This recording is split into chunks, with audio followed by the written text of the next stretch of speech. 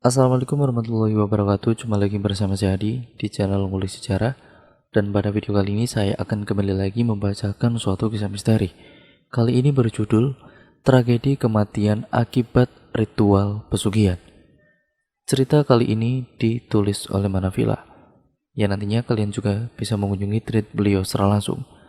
Yuk, daripada kita lama-lama, daripada kita penasaran bagaimana ceritanya, mari kita langsung saja menuju ke ceritanya. Namun sebelum itu, seperti biasanya saya sarankan untuk kalian semua agar mendengarkan cerita kali ini ataupun video kali ini dengan earphone terbaik kalian agar kalian mendapatkan kualitas audio yang jauh lebih baik. Yuk, mari kita langsung saja mulai ceritanya.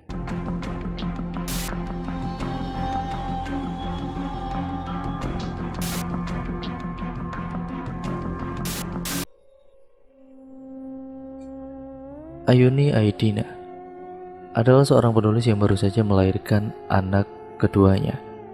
Suaminya baru saja dilanda kebangkrutan setelah kebakaran pabrik kapas yang menewaskan beberapa pegawai, juga kerugian besar pada pabrik itu yang membuat mereka sekeluarga terpaksa memberhentikan pabrik peninggalan orang tua mereka. Suaminya bernama Damas Pramono, seorang pekerja keras yang selalu menyayangi Ayuni dan juga Kirana, anak pertama mereka. Sehari-hari bekerja membanting tulang untuk menafkahi anak istri. Kebakaran itu seperti terlalu memaksa Damas untuk segera menghemat pengeluarannya. Damas ini teringat oleh rumah orang tuanya di desa Kayu Jati. Ia berencana menjual rumahnya yang berada di kota, yang nanti uang hasil penjualan rumah itu akan digunakan olehnya. Pindah rumah sama sekali bukan pilihan baginya untuk saat itu, namun keadaanlah yang harus dimengerti. Bila mana ia tidak segera menjual rumah itu, sementara pekerjaan pun sedang tidak ada, uang apa yang akan dipakai untuk menafkahi istri dan kedua anaknya? "Mas, kamu yakin mau menjual rumah kita? Apakah tidak ada cara lain yang resikonya lebih kecil? Sekarang ini kita punya bayi, anak kedua kita harus benar-benar kita perhatikan. Lalu bagaimana dengan sekolahnya Kirana? Dia sudah dewasa, umurnya sudah 17 tahun. Apa penjelasan kamu untuknya nanti?" "Aku yakin cara ini adalah cara yang tepat untuk kita. Lagi pula aku juga belum punya pekerjaan tetap. Para pegawai banyak yang jadi korban kebakaran.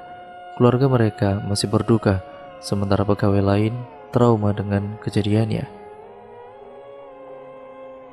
Seandainya aku memilih untuk membuka kembali pabrik, juga tidak akan berhasil. Biaya yang harus kita keluarkan akan bertambah besar. Justru Kirana sudah dewasa, maka aku ingin dia mengerti kondisi kita sekarang ini. Kirana akan dipindahkan dari sekolahnya.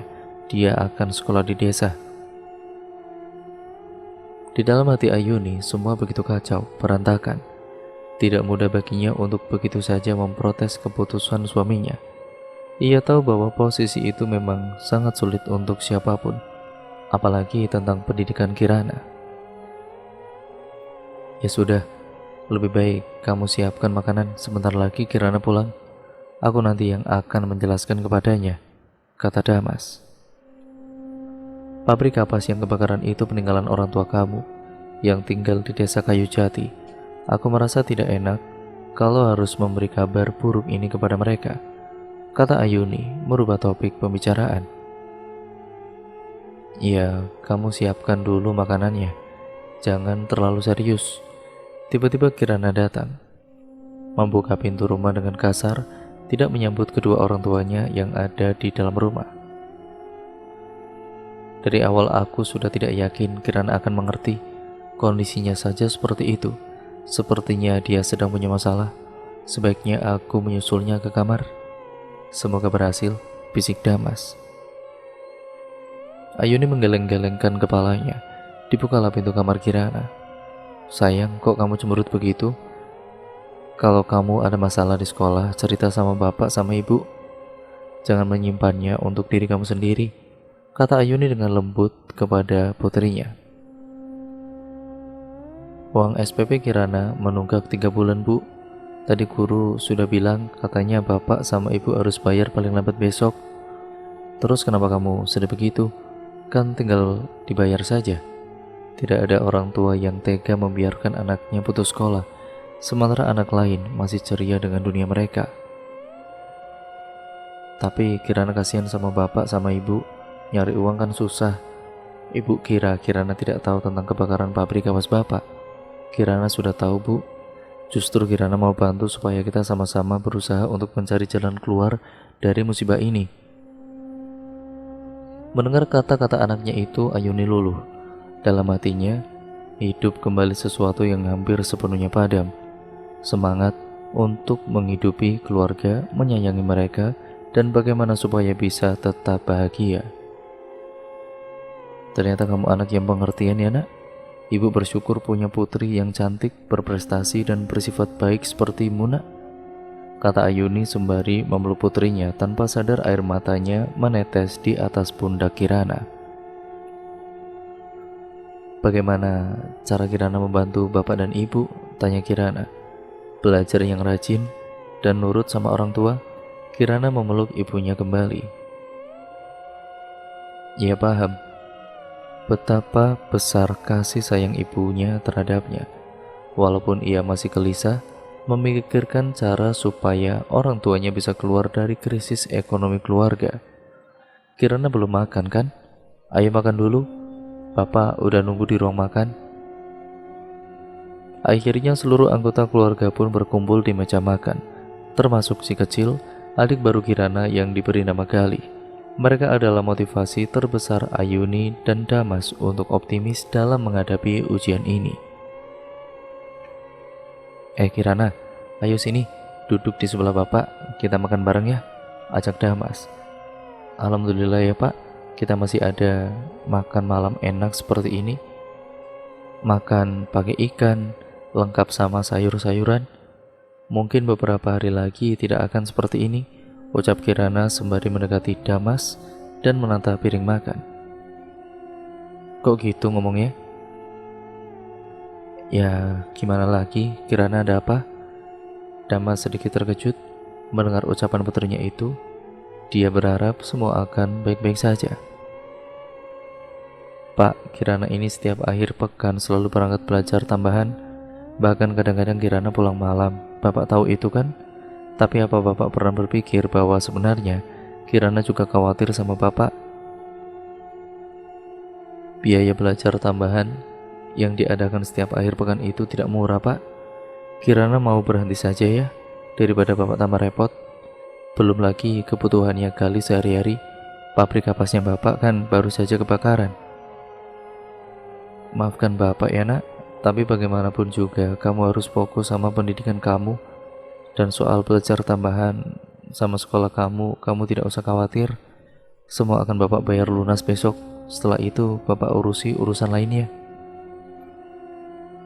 Maksud Bapak? Tanya Kirana. Ayuni menuangkan air putih di sebuah cangkir yang terletak di depan Kirana. Damas menunduk bingung, situasinya benar-benar sulit. Minum dulu, ucap Kirana. Bapak sudah bilang sama ibu, kita akan menjual rumah ini dan pindah ke desa Kayu Jati, desa nenek dan kakek kamu. Kirana mau kan tinggal di sana? Kirana, tenang saja. Bapak akan cari sekolah paling bagus di daerah sana buat Kirana. Bapak harap Kirana tidak keberatan. Sebenarnya kalau itu memang cara untuk Kirana meringankan beban orang tua, kenapa tidak? Ya karena tidak semua sesuatu yang berada di dunia ini harus sesuai dengan keinginan kita. Kirana ikhlas kok, semua terserah Bapak sama Ibu, selama itu baik buat masa depan Kirana. Terima kasih sudah mengerti keadaan Bapak. Bapak bangga sama kamu nak. Setelah semua urusan sekolah kamu selesai, kita siap-siap buat pindah ke Kayu Jati ya, kata Damas bernapas lega. Pak, anaknya pengertian ya, ucap Ayuni. Ibu juga pengertian sama Bapak. Mereka bertiga pun tersenyum kecil. Gali yang tidak tahu apa-apa, rupanya ikut tertawa melihat keluarganya bahagia. Ikatan batin sebuah keluarga memanglah sangat kuat. Setelah ini kita beres-beres menyiapkan diri untuk pindah. supaya lusa kita tidak berburu-buru berangkatnya. Persiapan jauh dari awal itu lebih bagus, kata Damas. Seluruh anggota keluarga rupanya menyetujui keputusan Damas. Tidak terkecuali Galih. Sedari tadi, bayi laki-laki itu tersenyum melihat kakak dan orang tuanya. Keesokan harinya, Damas pergi ke sekolah Kirana untuk mengurus biaya pendidikan Kirana. Perpindahan Kirana juga sudah disetujui oleh pihak sekolah. Hampir semua sudah beres. Sementara Ayuni dan juga Kirana sibuk beres-beres rumah. Barang-barang sudah tersusun rapi di koper. Bahkan Damas telah menyewa mobil pick-up juga untuk menggotong barang-barang besar seperti lemari, ranjang, dan juga yang lainnya untuk dipindahkan ke tempat tinggalnya di daerah Kayu Jati. Semoga perjalanan besok pagi menyenangkan, kata Kirana. Orang tuanya mengusap kepala Kirana dan memeluknya. Terima kasih sayang. Iya pak, bu. Kirana sayang sama bapak, sama ibu. Keesokan harinya Kirana membuka pintu kamarnya. Barang-barang di depan pintu kamar Kirana sudah tertata rapi. Kirana, cepat mandi. Hari ini kita akan berangkat sayang. Ibu sudah menyiapkan baju gantimu. Ada di kamar mandi. Kau cek saja di sana. Perintah Ayuni. Iya bu, ini baru aja bangun. Kirana gosok gigi dulu biar mulut Kirana tidak bau. Lebih baik sekalian mandi nak. Kamu kira ini jam berapa? Oh iya, sampo sedang habis, tidak apa-apa ya. Baiklah. Kirana sudah membayangkan betapa beratnya hari ini. Ia sungguh tidak terbiasa jika berlama-lama tinggal di desa. Namun ia berdoa supaya Tuhan mempermudahkan urusannya hari ini. Bismillahirrahmanirrahim. Kemudian Ayuni menyusul suaminya di depan. Kita berangkat pakai mobil ini, tanya Ayuni kepada Damas. Iya, kita cuma punya satu mobil kan? Aku kira mobil ini bakal kamu jual juga mas. Jangan bercanda. Hingga tiba saatnya, Kirana dan juga keluarganya berangkat ke desa itu. Kirana masih menikmati perjalanan. Sesekali memandang mobil pick-up yang ada di belakang. Ia sibuk mendengarkan lagu sementara Ayuni memangku Galih erat-erat. Tentu saja bayi yang belum lama dilahirkan seperti Galih belum siap untuk mengalami perjalanan panjang seperti ini. Ia akan menjadi tanggung jawab yang besar bagi Damas dan juga Ayuni. Dalam batin Ayuni semua kekhawatiran muncul. Entah hal yang perlu untuk dikhawatirkan atau tidak, rasa sayangnya terhadap Galih tidak bisa dipungkiri. Jalannya hati-hati ya mas, kasihan Galih. Ini perjalanan panjang pertamanya. Iya sayang, aku paham kok. Lagi pula kamu tahu sendiri kan, jalannya itu kan tidak rata, banyak bebatuan. Tapi tenang saja, aku mengerti kondisi anak kita kok. Aku merasa bersalah, kata Damas. Jangan menyalahkan diri sendiri. Tidak ada yang bersalah di sini. Ibu, apakah kita membawa persediaan minuman selama perjalanan? Aku haus. Lagu ini lama-lama membuatku bisa juga, pinta Kirana. Ada, makanya jangan dengerin lagu terus. Ngobrol sama bapak atau ibu supaya tidak sepi. Aku baru memutar 4 lagu bahkan. Nanti kalau sudah sampai di desa, jaga sikap ya yang sopan. Nenek dan juga kakek pasti juga akan bahagia jika kita tinggal di sana. Perintah Ayuni. Jadi, nenek dan juga kakek sudah tahu tentang kebakaran pabrik kapas itu. Aku berharap mereka bisa menerima kehadiran kita di sana, Bu, sahut Kirana. Nenek dan juga kakekmu orangnya santai kok. Tidak usah terlalu banyak khawatir. Ayah akan menjelaskan kepada mereka. Mereka pasti akan mengerti kok.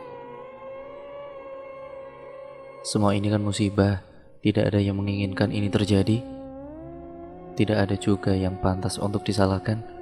Kamu jangan berpikir macam-macam tentang nenek dan juga kakekmu ya. Takut nanti jadi prasangka buruk. Damas berpikir bagaimana caranya memperbaiki situasi. Beberapa waktu kemudian, tidak jauh dari desa ada seorang gadis yang digotong banyak orang. Kirana melihat kejadian itu. Kenapa gadis itu? Tanya Kirana kepada orang tuanya. Mungkin kecelakaan. Apa sebaiknya kita tolong saja, Bu? Tanya Damas kepada istrinya. Tidak, Mas. Jangan. Aku tidak mau hal buruk terjadi kepada kita. Gadis itu tampak histeris. Kalau memang kecelakaan, kenapa tidak ada luka di tubuhnya? Kamu lanjut saja perjalanannya. Jangan berpikir lama-lama dan jangan berpikir macam-macam juga. Kali sedang menunggu, jawab Ayuni. Iya, Pak, jangan, Pak. Kita kan masih orang baru di sini. Nanti kalau mereka kira kita orang jahat, bisa diserang kita, kata Kirana melanjutkan. Nantikan bicaramu, Kirana. Jangan bicara macam-macam. Bapak sedang menyetir. Dari tadi kamu terlalu banyak khawatir. Kamu bisa tidur dulu. Kan sudah dekat, Pak. Kalau begitu, terserah kamu saja.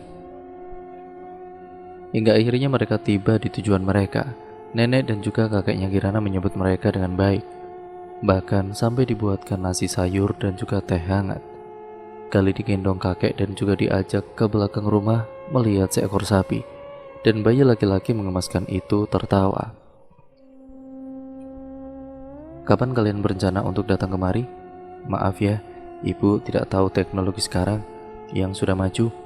Seandainya pakai surat saja sudah juga tidak mudah. Butuh waktu lama untuk sampai ke kalian. Kalian juga tumben datang ke sini, ucap Nenek Rina, ibu dari Damas. Iya, sejak punya Gali kan, Bu. Punya anak bayi sekarang repot, Bu. Mau kemana-mana naik mobil juga harus berpikir 10 kali. Takut kalau kenapa-napa, kasihan kan? Sahut Damas. Tapi alhamdulillah Gali sehat. Dari berangkat hingga sampai di sini semua baik-baik saja. Malah sekarang dia lagi sama kakeknya di belakang rumah. Katanya mau lihat sapi. Tambah Ayuni. Aku sangat bersyukur anak dan juga cucuku datang ke sini. Sudah lama ayahmu menanyakan Gali, Mas. Suasana hening sejenak. Nenek Rina kemudian pun kembali berbicara. Ayuni, bagaimana kondisi kamu? Sehat kan? Asinya juga lancar? Sehat, Bu, alhamdulillah lancar. Bu, aku nyusul kakek ya, pinta Kirana. Aku dan juga ayah kalian kan belum bertemu Gali sejak dia lahir.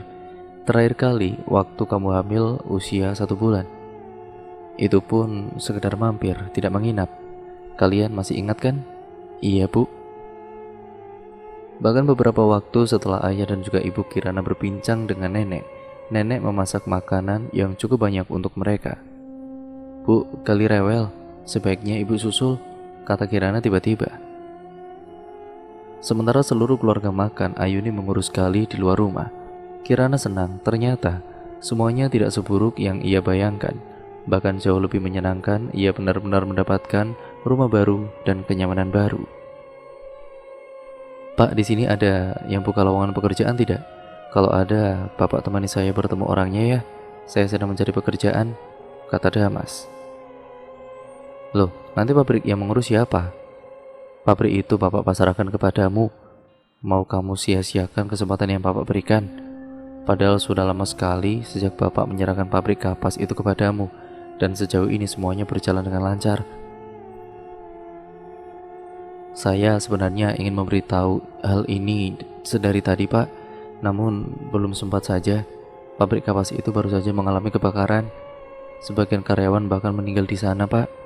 Damas tidak bisa mendirikan pabrik itu kembali karena kerugiannya terlalu besar. Tapi Damas mengambil keputusan untuk menjual tanah bekas pabrik itu kepada orang lain, supaya nanti uangnya bisa untuk kebutuhan sehari-hari kita dan juga pendidikan Kirana. Kakek menghela napas dan dia nampak sangat sedih sekali mendengar kabar itu. Dia memberikan saran supaya Damas membuka toko tekstil di samping rumah kakek. Rupanya kakek sudah paham bahwa Damas keluarga pindah dari kota ke desa karena hal itu. Kamu sebaiknya menggunakan uang hasil penjualan tanah itu untuk buka usaha tekstil di samping rumah ini, supaya istrimu juga bisa membantu biar Gali diurus oleh ibumu. Terima kasih, Pak. Saya tidak tahu bagaimana jadinya keluarga saya jika tidak ada bapak dan juga ibu, ucap Damas. Kamu ini bicara apa? Kamu kan darah daging bapak dan ibu. Apakah merupakan satu hal yang tidak wajar jika orang tua membantu anaknya yang sedang dalam musibah? Semua ini kecelakaan, Bapak paham. Bapak juga berterima kasih kepadamu karena sudah menjalankan amanah Bapak. Iya Pak, terima kasih banyak ya Pak. Memang tidak mudah bagi Bapak untuk melepaskan tanah itu begitu saja. Damas meminta maaf ya Pak atas semua ini. Damas akan berusaha untuk tidak membuat Bapak kecewa lagi. Maafkan Damas. Tidak bisa dipungkiri, kebakaran pabrik itu membuat seluruh keluarga Damas terpukul. Namun, keadaan bisa dirubah dengan keyakinan besar untuk memperbaiki segalanya bersama-sama dan saling mendukung. Keesokan harinya Damas dan juga Kirana pergi ke sekolah terdekat. Sekolah baru Kirana di Kayu Jati. Damas telah mengurus semuanya, bahkan 2 hari ke depan. Kirana sudah bisa melanjutkan sekolahnya, hingga sampailah mereka berdua di rumah. Bagaimana tadi? Lancar? Tanya Ayuni. Lancar, alhamdulillah, jawab Damas. Bu, Kirana ke kamar nenek dulu ya. Tentu saja, pergilah. Sesamanya di kamar neneknya, Kirana menanyakan kejadian kemarin kepada nenek tentang seorang perempuan yang digotong para warga. Kejadian itu membuat Kirana penasaran dan mencari tahu kebenarannya. Kamu tidak akan mengerti walau nenek jelaskan sekalipun, Kirana. Sebaiknya nenek tidak usah cerita saja ya. Ceritakan kepada Kirana, Nek. Kirana ingin tahu apa yang sebenarnya terjadi kepada perempuan itu, sampai-sampai dia kok digotong-gotong oleh para warga. Kondisinya seperti orang sakit, aneh sekali. Apakah kabar tentang kejadian ini sudah tersebar di desa? Perempuan itu, nenek yakin yang kamu maksud itu adalah Sekar Mirah.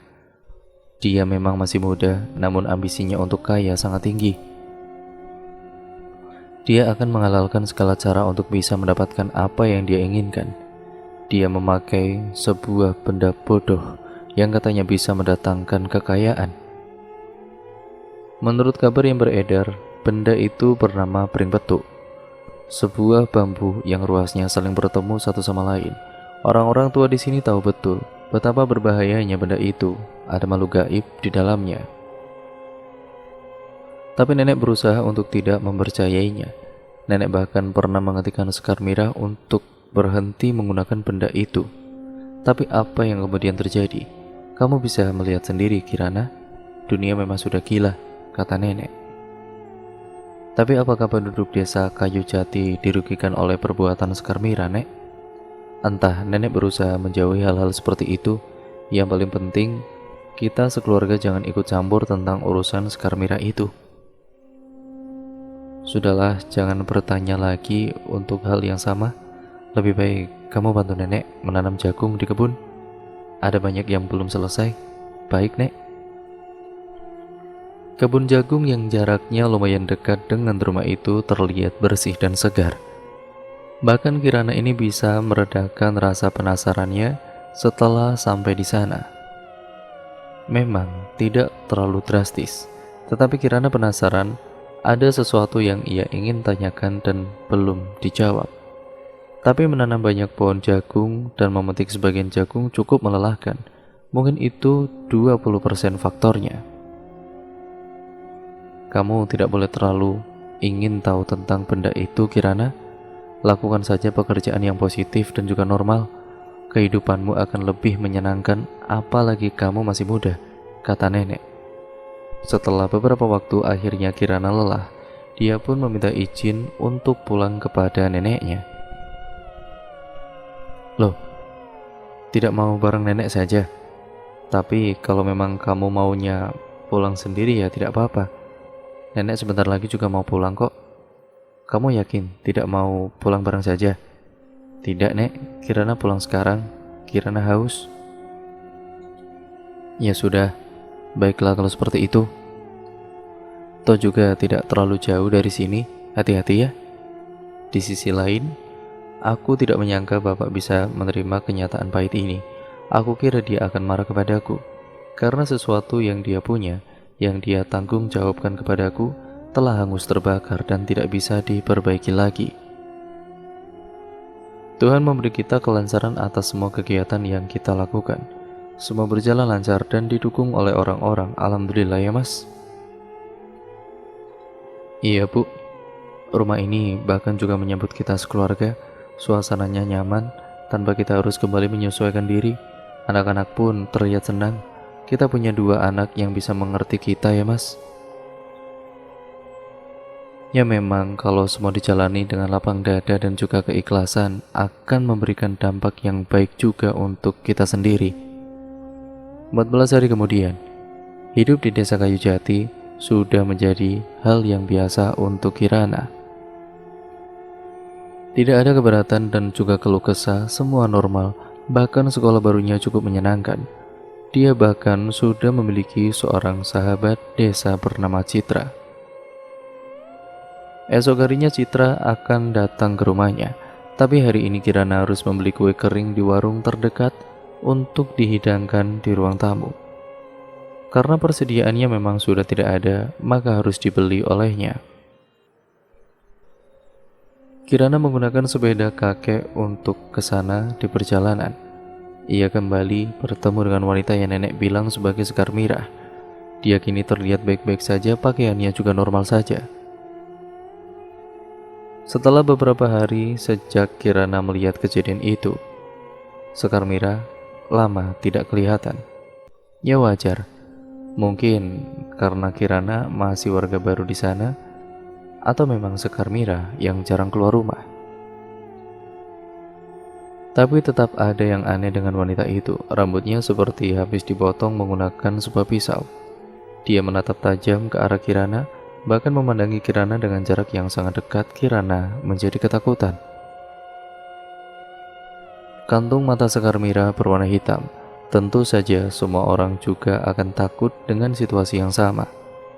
Maaf, apa yang salah dengan diri saya? Tanya Kirana. Sekar Mirah menjauh dan kembali berjalan. Dia hanya tersenyum mendengar pertanyaan Kirana. Tidak lama kemudian dia menangis. Kirana menduga Sekar Mirah mengalami gangguan kejiwaan. Seperti yang nenek katakan, ada kejadian tidak enak Sekar Mirah dengan sebuah benda yang bernama pring petuk. Sudahlah, terlalu banyak memikirkan hal yang tidak penting akan membuang-buang waktu.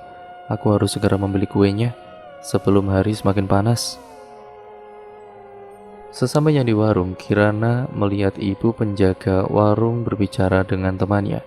Rupanya, mereka membicarakan Sekar Mirah. Lama-kelamaan, Kirana risih juga dengan cerita itu. Kirana memanggil ibu itu. Bu, kue keringnya 2 toples ya? Iya neng, carinya rasa apa? Terserah. Kirana telah mendapatkan kue pesanan neneknya. Dia bergegas pulang dan sesamanya di rumah, Kirana bertemu Ayuni yang sedang membuat api. Ibu sedang apa? Kan sudah ada kompor, tidak perlu susah-susah membuat api itu bu. Kompor lebih boros Kirana. Lagi pula sudah lama ibu tidak melakukan pekerjaan seperti ini.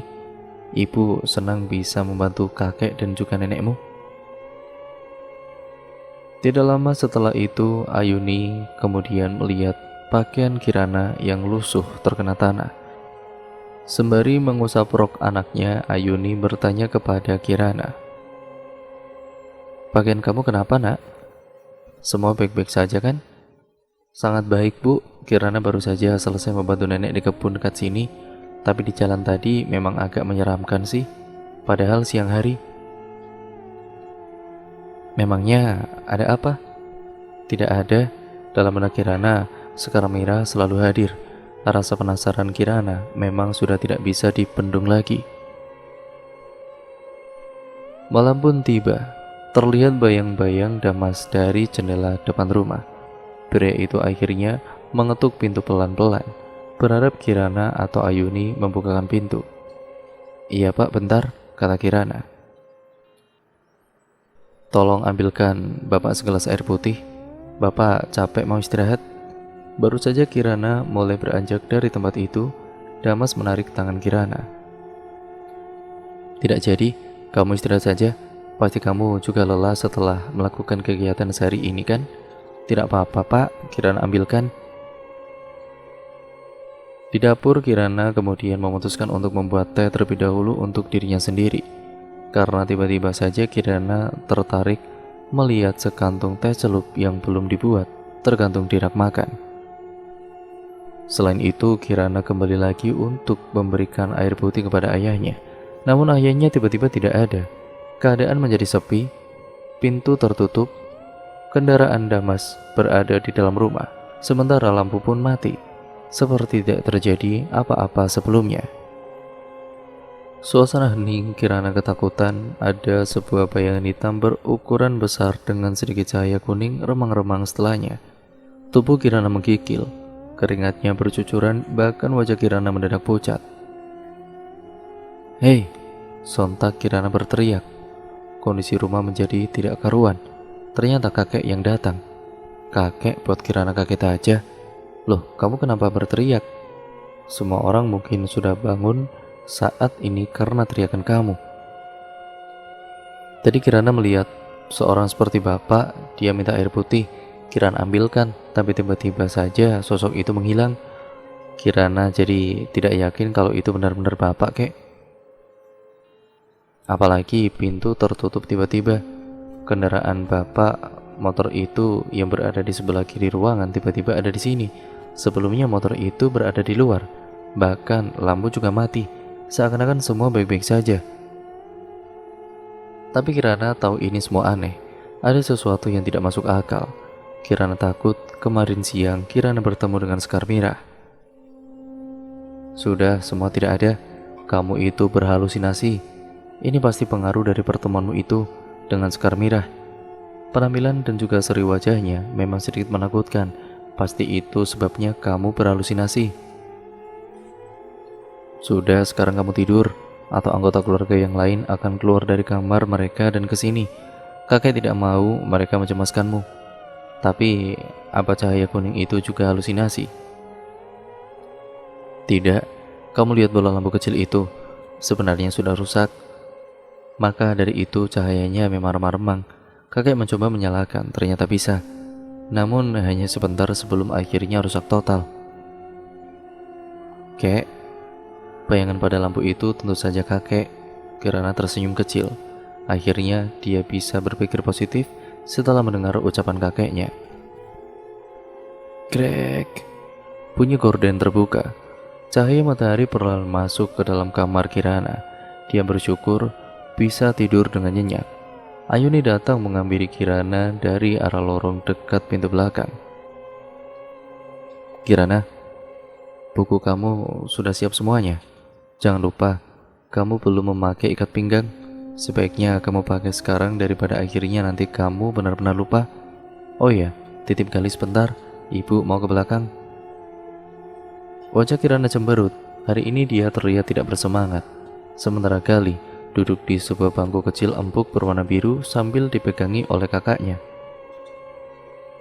Kirana, semuanya sudah siap, ayo berangkat, seru Damas. Tiba-tiba Ayuni datang. Iya sebentar, aku menyuruh Kirana menjaga Gali tadi. Ibu, ikat pinggangku tidak ketemu. Aku menyiapkan buku terlebih dahulu, tolong sekalian bantu carikan ya bu. Kebiasaan buruk seperti inilah yang berhasil melekat di tubuhmu dari kau kecil hingga sekarang. Kirana tersenyum kecil dan mulai bergegas menyiapkan perlengkapan sekolahnya. Ini sudah ketemu, ibu menemukannya di bawah lemari. Pasti setelah kamu copot, kamu langsung melemparkannya kan? Iya bu, wajarlah. Kirana capek setiap hari mengurus urusan sekolah. Kirana tidak terlalu menciptakan beban di pikiran Kirana. Akhirnya Kirana berangkat menuju ke sekolah. Sesamanya di sana, ia bertemu dengan Nabila, teman sekelasnya yang sudah cukup akrab walau belum terlalu lama bertemu. Tapi Nabila adalah orang yang selalu kemana-mana berdua dengan Kirana. Saat jam sekolah tiba, Nabila mengajak Kirana ke kantin. Di sana, mereka duduk di sebuah bangku panjang yang disediakan sekolah untuk para siswa. Kayaknya Aku udah mulai gak nyaman deh sama rumah baruku itu. Kamu kan tinggal di desa ini juga. Kamu pasti kenal dong dengan Sekar Mirah. Sebenarnya siapa dia? Kenapa banyak warga yang tahu tentang dia? Tanya Kirana. Oh dia, setahu dia itu orang gila deh. Kamu lihat aja, nanti kalau di desa, ketika kamu bertemu dengan dia, pertama kamu akan merasa terganggu dengan penampilan dia yang sangat menyeramkan. Yang kedua, kamu akan merasakan baunya, kayak bunga terus campur dupa gitu. Pokoknya nggak enak, ada bau-bau tanah juga. Tapi kalau kata nenekku, dia tidak berbahaya sekarang. Tidak berbahaya bagaimana? Maksudmu dia itu berbahaya begitu? Ia merugikan orang, meresahkan orang juga. Dia dulu memasang sebuah benda di rumahnya, katanya untuk keselamatan. Tapi, setelah beberapa hari dia memasang benda itu, mulai ada yang tidak wajar. Para warga sering melihat sosok bertubuh tinggi, kurus dan berwajah hitam duduk di terasnya malam-malam. Sosok. Para warga yakin bahwa sesuatu yang mereka lihat memang bukan manusia. Mereka mulai curiga dengan Sekar Mirah. Tapi pada saat itu tidak ada yang melakukan apapun, perlawanan, pelaporan, atau bahkan bertanya pada Sekar Mirah. Oh, jadi mereka masih belum terlalu yakin terhadap apa yang mereka lihat, atau mereka merahasiakan hal itu satu sama lain pada saat itu. Jujur, aku tidak terlalu banyak tahu tentang dia. Lebih baik kamu bertanya kepada orang-orang desa nanti. Janji deh, pulang sekolah nanti kita jalan bareng, kata Nabila. Di sisi lain, Damas pun kemudian mengumpulkan orang untuk membantu pembangunan toko tekstil di dekat rumahnya. Pembangunan itu berlangsung dari pukul 6 pagi hingga 5 sore. Kamu mampir dulu ke rumahku ya Ki, pinta Nabila. Aku capek mau tidur. Habis sholat lah. Kamu ini bagaimana? Kamu kira aku lupa waktu seketika kalau udah capek? Ya kirain, makanya kalau ngomong yang lengkap, jangan kayak tebak-tebakan gitu. Aku jadi mikir deh. Kirana tiba di rumah. Nenek menemuinya dan berkata, tasnya ditaruh dulu, biar nenek yang meletakkan di meja kamu. Terima kasih Nek. Kamu ganti baju dulu, jangan ditunda-tunda. Setelah ini kamu harus sholat maghrib. Kalau habis maghrib jangan langsung tidur, kebiasaan. Nanti bangun tengah malam alasannya mau ganti sholat isya. Kirana meringis. Dia malu dengan kebiasaannya yang salah itu. Pokoknya setelah ini aku mau minum kopi supaya tidak ketiduran.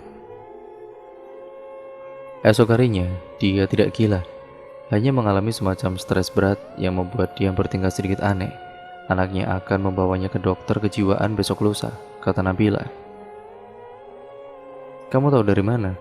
Dari anaknya langsung. Aku bertanya kepada anaknya, dia memintaku untuk mendoakan Sekar Mirah setelah itu. Mungkin karena orang-orang di sini sudah terlalu banyak yang tidak suka kepada Sekar Mirah, anaknya memintaku untuk mendoakan dia. Kirana terdiam. Dia menggaruk-garuk kepalanya yang tidak gatal. Jadi intinya, sekarang mereka orang-orang baik dong. Kalau anaknya memang dari dulu baik-baik. Dia bercerita kepadaku bahwa dia pernah mencoba membuang bambu itu, namun ketahuan oleh Sekar Mirah.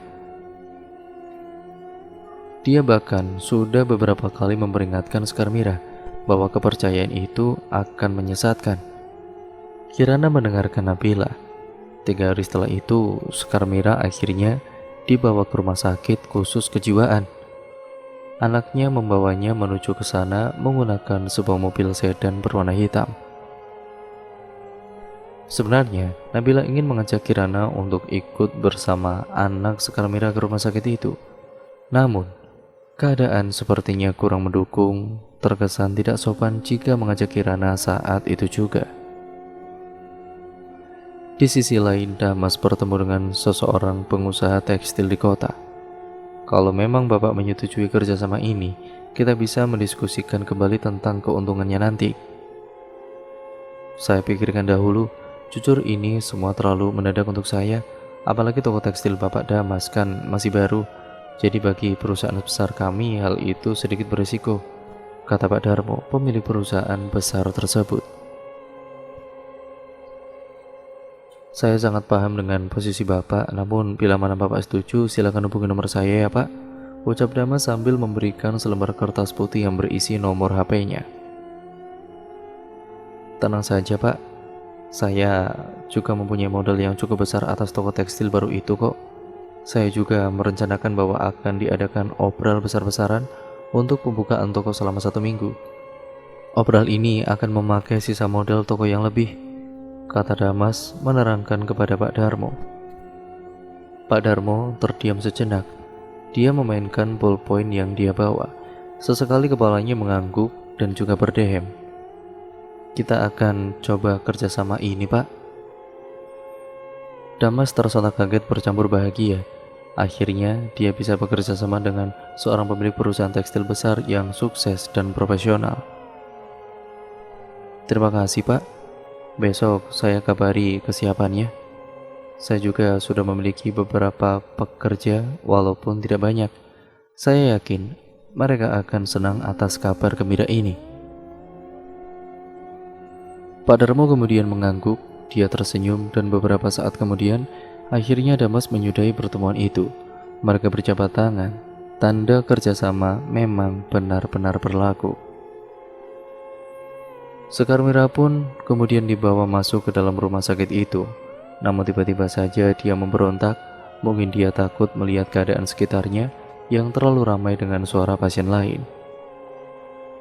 Bahkan anaknya sampai mentelepon orang dari desa, maka Nabila lah yang ditelepon. Dia satu-satunya orang yang peduli dengan masalah Sekar Mira, alhasil Kirana ikut bersamanya. Setelah sampai, Nabila mencoba memegang tangan Sekar Mira dan kemudian menenangkannya. Nabila kemudian menuntunnya ke sebuah bangku. Tidak apa-apa, Anda tidak akan lama di sini. Kita hanya periksa saja. Setelah ini kita ke desa dan bersama lagi. Semua akan baik-baik saja, tenanglah, kata Nabila. Kirana hanya menggigit jarinya. Ia ketakutan. Beberapa saat setelah itu, seorang pasien lewat di depannya bersama seorang dokter. Ada monster hitam di belakangmu. Dia sangat tinggi. Tubuhnya seperti pohon bambu, kata pasien itu. Seorang penderita kejiwaan, orang gila. Tentu saja Kirana mengabaikan. Tahu juga hanya perkataan orang gila. Namun sebenarnya, makhluk itu memang benar-benar ada di dekat Kirana. Ibu ini hanya perlu obat, Pak, kata dokter kepada anaknya Sekar Mira. Dia mengelus dadanya dan bersyukur gangguan kejiwaan yang dialami ibunya tidak perlu tindakan yang berlebihan. Nama anak Sekar Mira adalah Aji. Malam pun tiba, Aji memberikan obat kepada Sekar Mira. Obat itu diminum oleh Sekar Mira tanpa bantuan Aji. Nak, tolong bebaskan ibu dari keadaan ini. Ibu ingin bersosialisasi dengan masyarakat desa. Ibu ingin memiliki kehidupan yang normal, yang seperti orang lain. Kapan obat ini harus terus ibu konsumsi? Sampai stres ibu hilang. Sampai ibu sembuh dan tidak lagi berteriak tanpa sebab. Jujur saja aku malu, Bu. Setiap malam menyakiti ibu kambuh. Masyarakat desa kadang mendengar ibu teriak-teriak. Ibu janji ya akan mengendalikan diri dan tidak teriak-teriak lagi. Itu karena apa yang terjadi di antara keluarga kita. Aku tahu, Bu. Makanya ibu sembuh dulu. Aji janji ibu akan memiliki kehidupan normal seperti orang-orang kebanyakan setelah ibu sembuh. Aji, dengarkan ibu. Makhluk itu belum pergi. Dia masih di sini. Ibu sering melihatnya hadir di sini malam-malam. Bahkan saat ibu tertidur, dada ibu sesak seperti diduduki oleh sesuatu. Satu hal yang kamu harus ingat, ibu tidak gila. Hal-hal aneh yang memang tidak masuk akal, yang tidak dipercaya orang-orang, hal itulah yang benar-benar ada dan mengganggu keterangan ibu. Aji hanya mengangguk. Kirana, panggil Ayuni dari balik pintu. Ayuni kemudian mengetuk pintu itu berkali-kali supaya Kirana lekas keluar. Iya, Bu, kakek punya patung ya di rumah ini. Kamu tahu tidak? Patung apa, Bu? Setahu Kirana tidak ada patung di rumah ini. Tadi, waktu ibu menyalakan lampu kuning samping rumah, ibu melihat bayangan manusia bertubuh tinggi, kurus dan bayangan itu hitam. Ya, ibu pikir itu patung milik kakekmu. Entahlah, tidak jelas juga, tapi ibu penasaran. Ibu sudah mencoba bertanya kepada ayahmu, namun ayahmu tidak mau dibangunkan. Dia masih tertidur pulas. Diajak bicara pun tidak mau. Halusinasi mungkin. Segampang itu kamu berkata bahwa ibu berhalusinasi. Tidak pernah sekalipun seumur hidup ibu mencoba mencari tahu lebih dalam tentang hal-hal seperti itu. Tapi sekarang ibu melihatnya. Walaupun ibu bilang kepadamu kalau itu hanya sebuah patung, dalam lubuk hati yang paling dalam, ibu yakin bahwa itu adalah makhluk halus. Tidak, Bu. Aku tahu yang ibu alami kok. Aku juga pernah merasakan sosok itu. Aku percaya dengan ibu. Sekarang ibu tidur saja. Ya sudah, ibu ke kamar dulu ya. Kirana pun mengangguk dan kemudian masuk ke dalam kamarnya lagi. Sebenarnya dia takut, apalagi setelah ibunya melihat sosok itu. Kirana menarik selimut dan menenangkan dirinya, berusaha menghilangkan bayangan itu dari benaknya. Sesaat kemudian akhirnya Kirana tertidur nyenyak, dan malam itu, di saat semua orang tertidur, termasuk keluarga Kirana, makhluk tinggi kurus berwarna hitam itu muncul di jalan depan rumah. Cara berjalannya melambat seperti bambu yang diterpa angin pelan. Tidak ada yang melihatnya pada saat itu. Sampai pagi pun tiba, orang-orang melakukan aktivitasnya lagi. Telepon di samping tempat tidur Kirana pun berbunyi, rupanya Nabila yang menelepon. Kirana, kemarilah. Ada orang kecelakaan di dekat pintu masuk desa Kayu Jati. Kondisinya sangat parah. Siapa yang kecelakaan? Tiba-tiba saja telepon mati. Tentu Kirana bergegas menuju ke sana. Tidak peduli penampilannya yang masih sangat berantakan. Setelah memakai jaket, Kirana bersepeda menuju lokasi. Nabila, aku di sini, kata Kirana sedikit berteriak.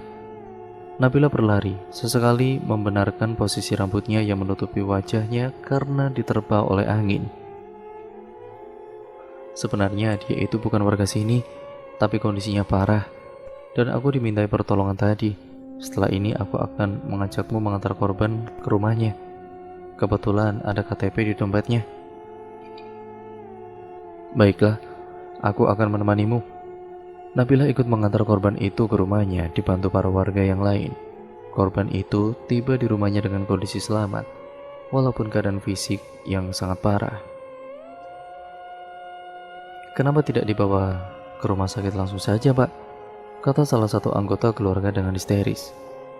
Tampak raut mukanya yang begitu sedih melihat kejadian tidak mengenakan ini. Matanya memandang ke sana kemari, dia begitu panik. Begini, Bu. Sebenarnya menurut kami lebih baik Ibu tahu dulu tentang kondisi keluarga Ibu. Setelah itu, kami akan meminta persetujuan dari keluarga korban untuk tindakan yang akan dilakukan terhadap korban, kata Nabila menjelaskan. Tolong bantu saya membawanya ke rumah sakit sekarang juga. Saya tidak tahu harus meminta pertolongan kepada siapa selain kepada kalian. Tentu saja, pada saat itu juga, orang-orang bergegas menuju ke sana. Sesamanya di rumah sakit, mereka menunggu hasil pemeriksaan. Kok kamu bisa ketemu sama orang itu? Tanya Kirana. Aku tadi habis dari pasar, disuruh sama ibu, tapi tiba-tiba aku mendengar suara orang menjerit dari belakang. Refleks aku kaget, ternyata orang kecelakaan. Saat itu memang aku berada di lokasi kejadian. Makanya aku dimintai tolong oleh para warga. Tiba-tiba saja dokter datang dan menghampiri semua orang yang berkumpul di depan ruangan itu. Maaf, bolehkah saya berbicara dengan keluarga pasien? Saya, Dok. Bu, kami sudah berusaha sebaik mungkin, namun keadaan pasien terlalu parah. Dia kehabisan darah, seandainya saja ia dibawa ke sini lebih cepat, mungkin dia akan selamat. Seketika itu juga, ibu itu terduduk lemas. Dia menangis terseduh-seduh. Entah kenapa, Kirana terlihat lemas. Dia seperti merasakan sesuatu yang tidak begitu bersahabat. Woi, Kirana, kamu kenapa? Kok kelihatan lemas begitu? Apa kamu sakit? Tanya Nabila melihat kondisi Kirana yang seperti itu. Ada sesuatu di depan ruang operasi itu. Aku melihat dia. Apa? Kita jangan bicarakan di sini. Aku belum siap untuk menerima resikonya. Dia berbahaya.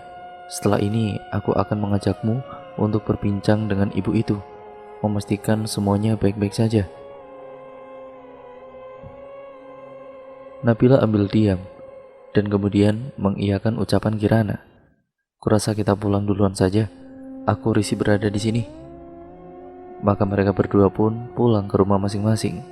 Semuanya ternyata baik-baik saja. Sebelum saat Kirana bercermin di kamarnya, oh Tuhan, hilangkan semua bayang-bayang ini. Apa yang ada di pikiranku, apa yang menggangguku, semua terasa sangat lama. Kehidupan ini menjadi tidak menyenangkan. Setiap malam pikiranku seperti tidak dibiarkan damai dan tenang.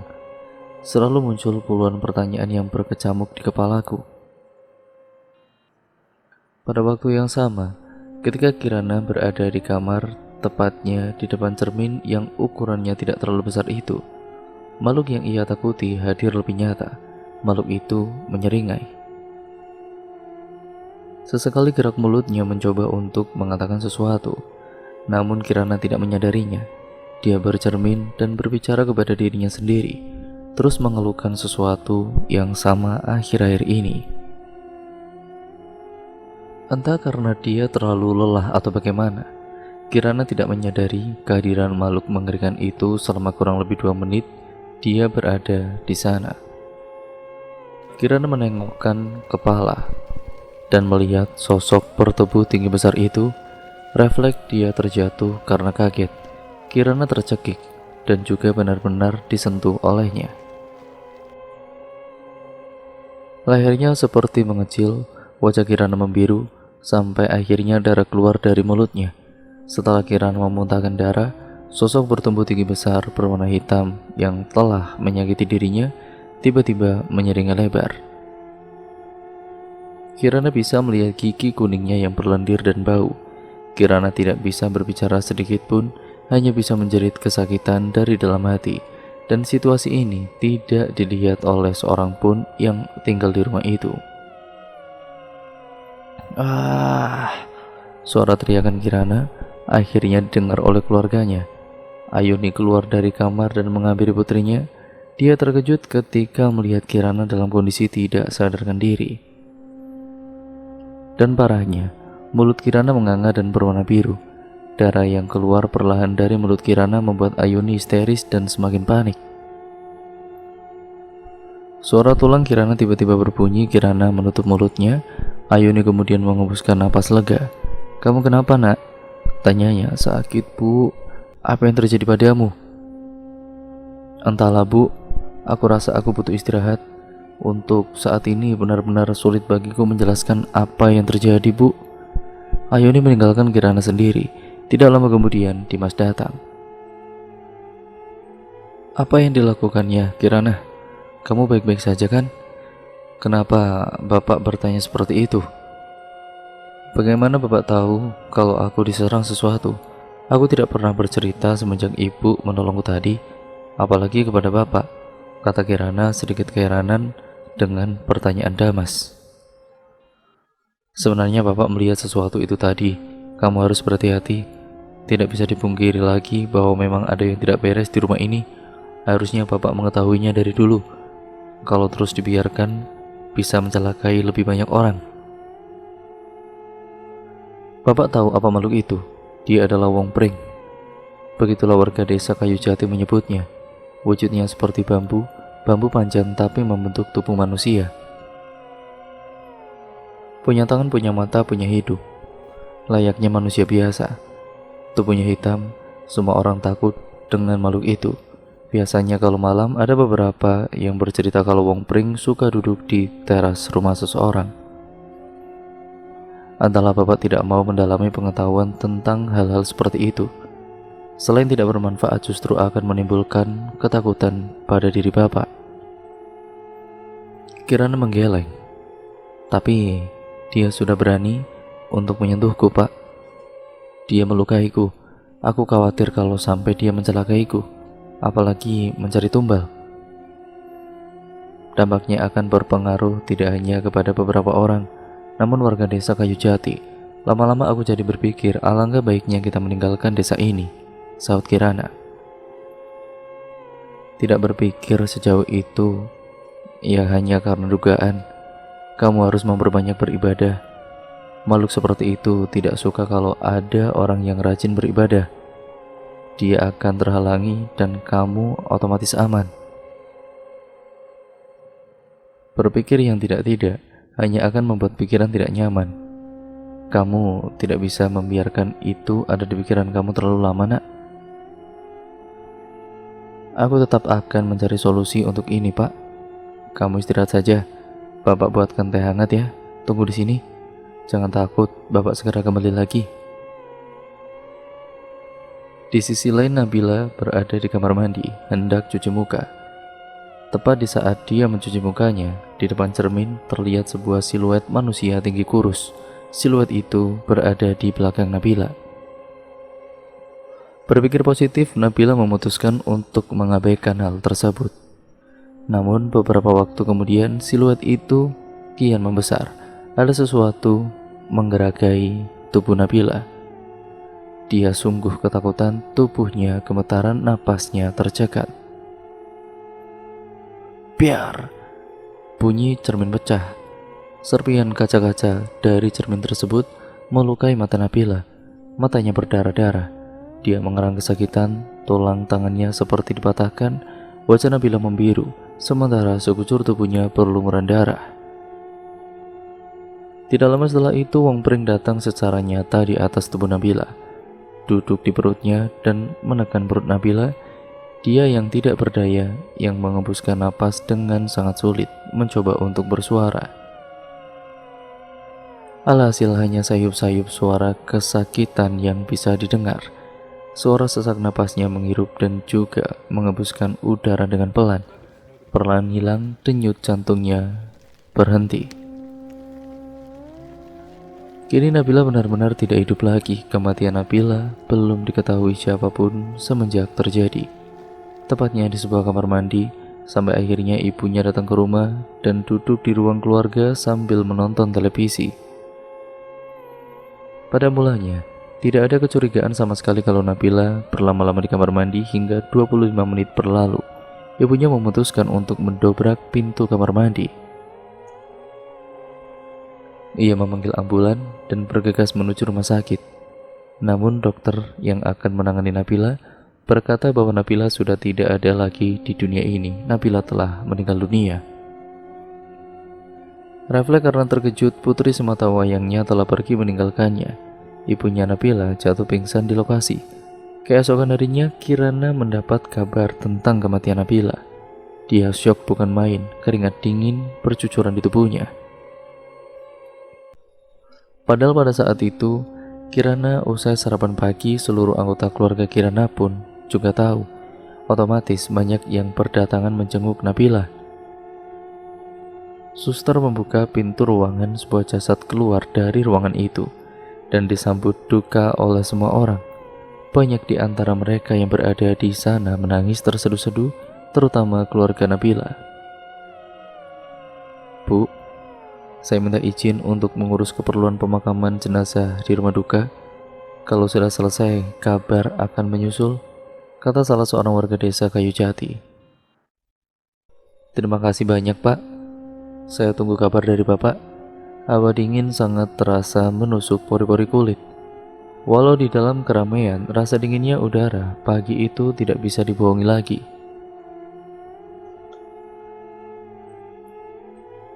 Ditambah dengan keadaan yang tidak mengenakan membuat hati Kirana gelisah.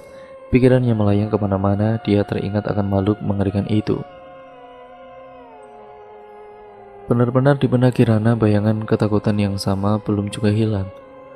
Antara ingin memberitahu orang lain dan juga menyimpannya sebagai rahasia, keputusan tidak semudah itu dia ambil. Tapi jika semakin lama semakin banyak korban berjatuhan, juga akan merugikan orang lain. Tiba-tiba Damas menepuk pundak Kirana. Jangan berpikir macam-macam. Bapak tidak suka melihatmu sedih begitu. Semua ini hanya kecelakaan. Tidak ada yang bersalah. Ini kehendak Tuhan. Kita tidak bisa melakukan apapun, nak.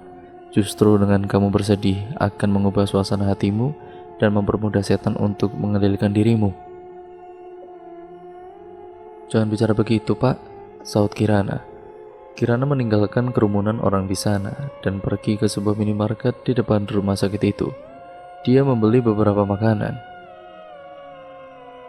Kemanapun dia pergi, apapun kegiatan yang dilakukan, tetap ada bayangan Nabila di hatinya. Perasaannya hancur, kini Nabila sudah dipindahkan di kamar mayat. Para warga pulang dan mengurusi upacara pemakaman pada sekitar pukul 9 pagi.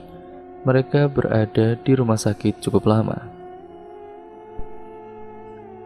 Siang hari tiba, tepatnya pukul 1 siang, Nabila dimakamkan di tempat pemakaman umum terdekat di desa Kayu Jati. Semua berjalan lancar tanpa ada gangguan sedikit pun. Rasa syukur terucap dari dalam hati Kirana. Kenapa harus orang yang aku sayangi yang pergi secepat ini? Aku sulit menerima keadaanku. Iya, ibu tahu Kirana, Nabila adalah kawan baikmu di sekolah.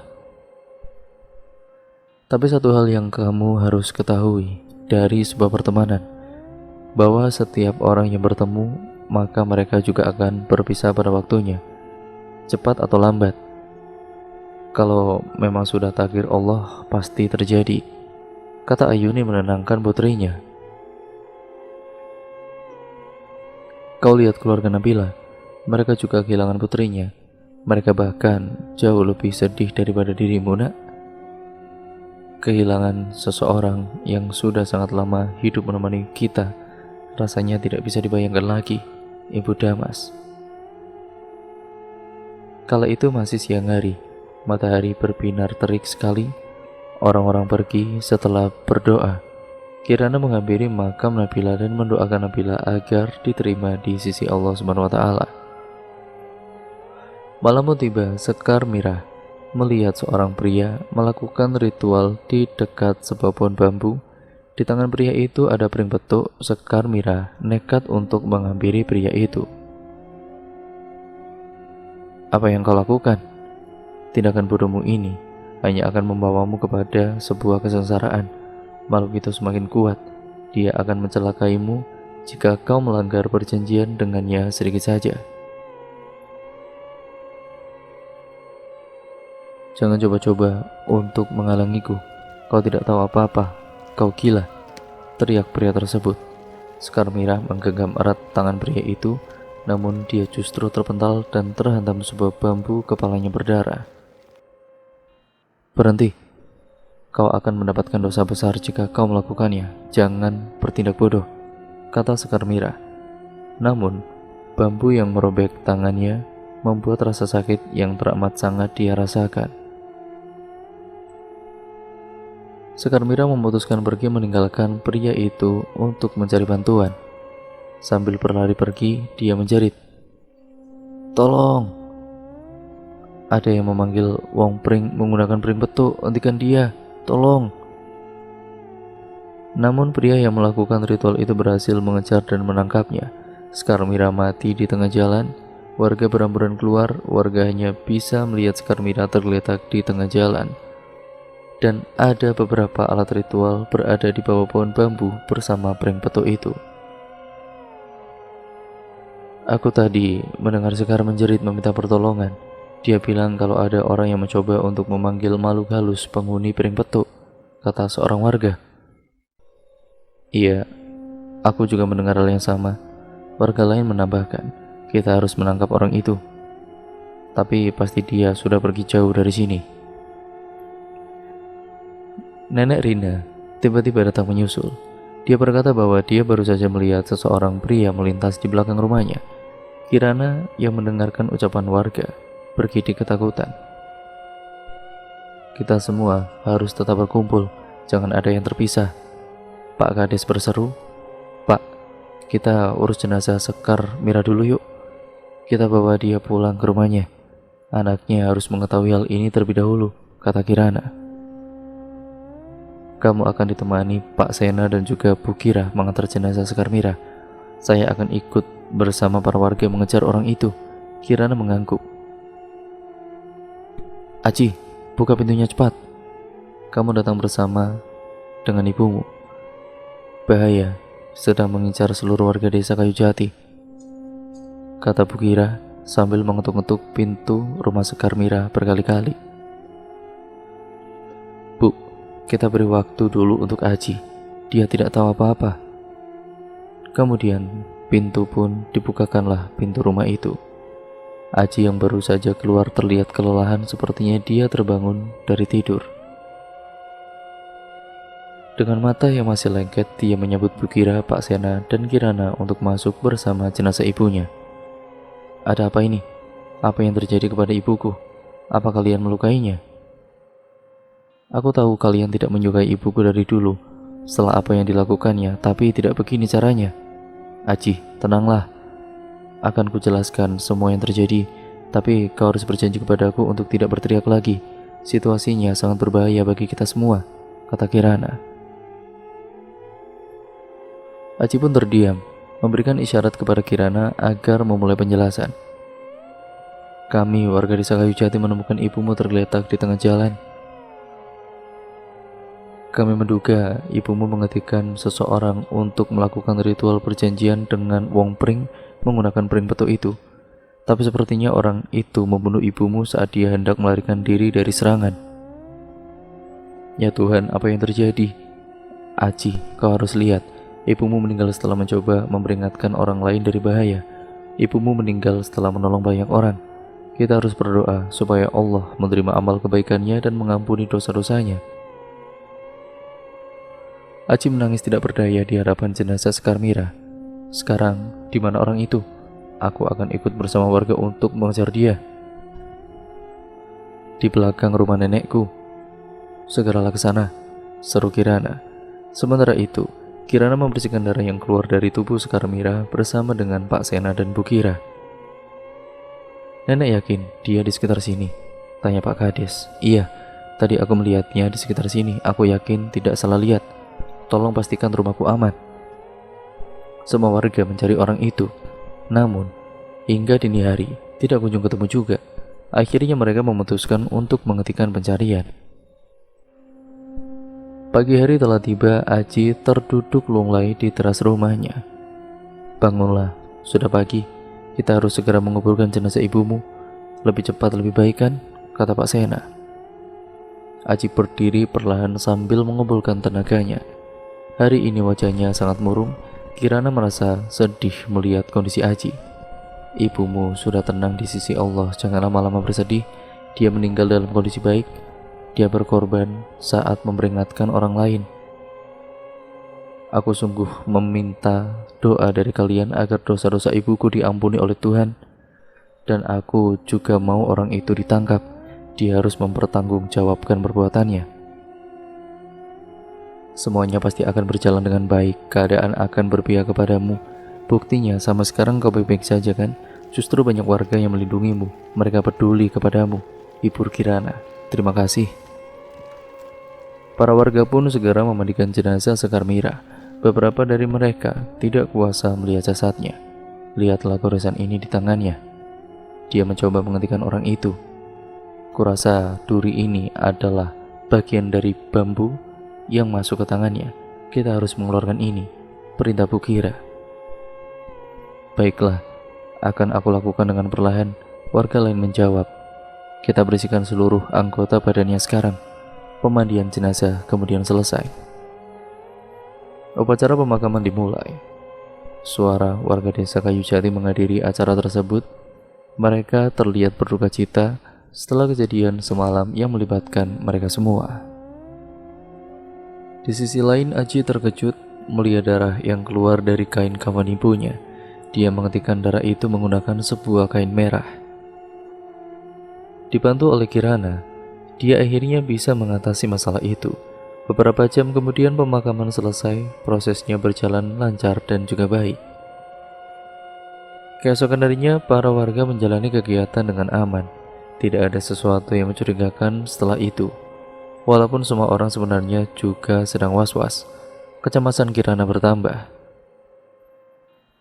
Jangan-jangan ini ada campur tangannya Wong Pring, makhluk jahat itu, ucapnya kepada dirinya sendiri. Makhluk itu bisa saja melakukan berbagai cara untuk mendapatkan bayarannya. Tuannya menginginkan kekayaan dan kekuasaan.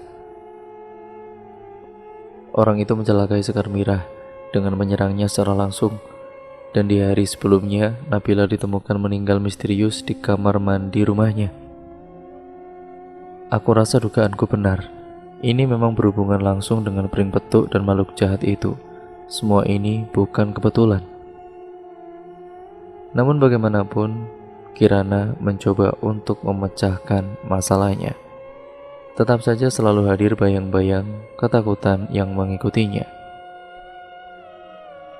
Sekarang, aku tahu siapa yang bisa membantuku. Segera Kirana menghampiri kamar nenek Rina, neneknya sendiri. Nenek, tolong bukakan pintunya, Nek. Ini Kirana. Aku hendak menanyakan sesuatu yang penting kepada nenek. Pintu kamar nenek Rina terbuka, mulanya nenek terkejut melihat Kirana dalam keadaan panik. Ada apa ini? Apa yang telah terjadi kepadamu? Kata nenek. Nenek melihat orang itu kabur di sekitar rumah kita kan? Aku ingin mengetahuinya lebih jelas. Aku yakin ini semua bukan kebetulan. Kematian warga desa Kayu Jati secara berturut-turut selama 2 hari merupakan hal yang aneh. Dan aku ingin segera tahu siapa orang itu. Karena aku rasa datangnya Wong Pring di desa Kayu Jati ini bukan yang pertama kalinya. Dari perilaku Sekar Mirah yang aneh, kurasa dia memang benar-benar depresi. Dia stres karena penyesalannya, memanggil dan juga melakukan perjanjian dengan Wong Pring dan menyesal. Itulah yang terjadi kepada Sekar Mirah.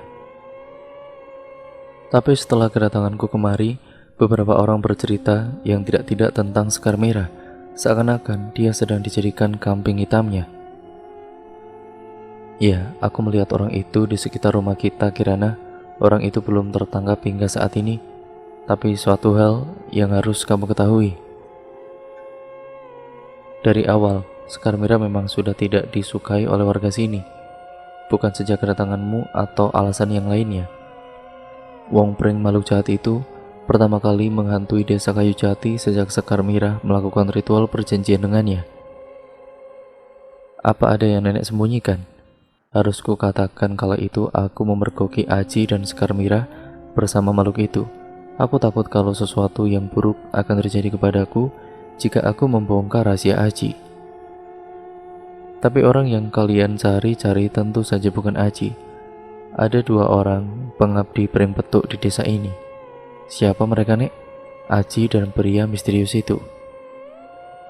Beberapa hari kemudian, sekitar 4-5 hari, Kirana mencoba memecahkan teka-teki siapa sosok pria itu. Namun nihil, Kirana tidak berhasil sedikit pun. Bahkan mendapatkan informasi lebih selain yang nenek Rina sampaikan pun tidak berhasil ia dapatkan. Bagaimana tidak, semua terlalu normal untuk dicurigai dan tidak ada keanehan apapun lagi selama 4-5 hari semenjak kematian Sekar Mirah. Kirana bersyukur, tapi tetap was-was. Meskipun pada lisannya berkata semua baik-baik saja, hatinya menyuruhnya untuk terus mencari tahu sampai semua informasi kelam itu ia ketahui sendiri. Bagaimanapun dia tenang. Selalu ada bisikan yang dia dengar, dan raganya meronta-ronta ingin melawan pembunuh itu. Karena pada dasarnya, pembunuh adalah orang jahat yang berbahaya bagi siapapun. Dan satu fakta mengerikan saat ini di desa Kayu Jati. Mau tidak mau dan bagaimanapun cara untuk memungkiri bahwa itu tidak benar, tetap saja. Kenyataannya adalah seorang pembunuh sedang berkeliaran dengan bebas di desa itu. Siapa yang hatinya akan tenang jika kematian selalu menghantuinya? Apalagi orang-orang yang disayangi. Kirana bersikeras untuk mencari pembunuh itu ke tempat persembunyiannya. Mau kau bersembunyi sampai masuk liang lahat pun tidak akan kulepaskan kau. Lihat saja siapa yang akan menang. Aku akan segera melenyapkanmu. Aku tidak mau orang-orang yang kusayangi dalam keadaan bahaya, katanya sambil menatap ke atas langit-langit kamarnya.